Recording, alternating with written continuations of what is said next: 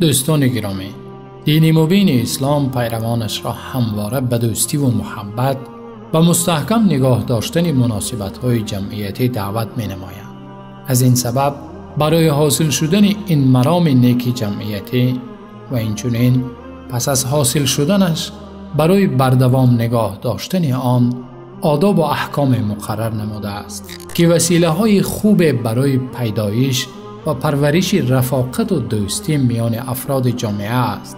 از این وسایل دوستی آفرین به جای آوردن حقوق مسلمانان است. فرستاده خدا صلی الله علیه و سلم در حدیث زیرین آن حقوق را نامبر کرده چنین فرمودند: حق المسلم علی المسلم ست، قیل ما هن یا رسول الله؟ قال اذا لقیته فسلم علیه و اذا دعاك فاجبه و اذا استنصحك فانصح له و اذا عطس فحمد الله فشمته و اذا مرض فعده و اذا مات فاتبعه. رواه مسلم. یعنی حق هر مسلمان بر برادر مسلمانش 6 تا است. اصحاب پرسیدند آن حقوق کدام باشد یا رسول الله؟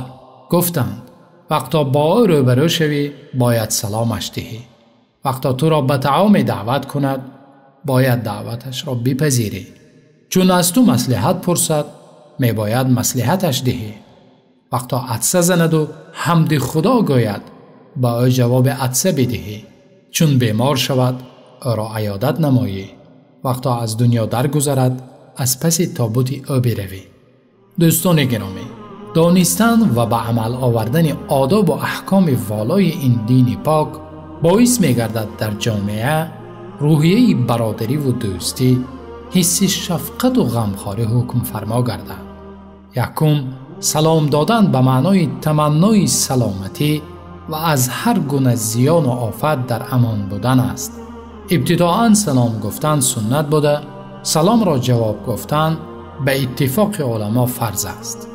دوم، طعامی که شخص به آن دعوت می شود آنگاه پذیرفتنش حتمی است که طعام از مال حرام نباشد و اینچنین در آن محفل عملهای غیر شرعی به مانند آمیختگی مردان و زنان، رقص و موسیقی و غیره صورت نگیرد.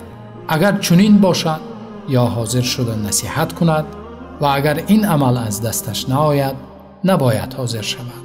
سیوم، اگر مسلمانی از برادرش مشورت پرسد، شخصی پرسیده شده از نگاه شریعت موظف است تا آنچه را که صلاح می شمارد و برای خودش دوست می دارد باید برادرش را به آن راهنمایی نماید. بی‌تفاوتی ظاهر نمودن و بی‌طرفی را اختیار کردن از اخلاق مسلمانی نیست.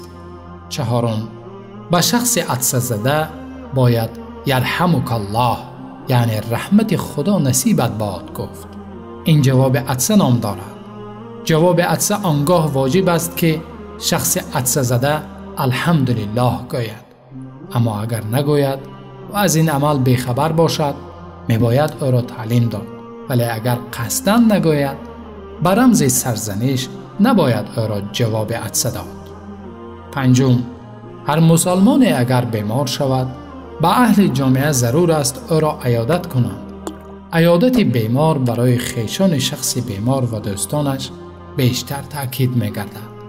ششم، وقتا مسلمان از عالم گذرد بر اهل جامعه واجب است پس از اجرا نمودن وظیفه های میت تابوت او را از خانه تا نمازگاه و یا از نمازگاه تا نزد منزل آخرتش گسیل نمایند.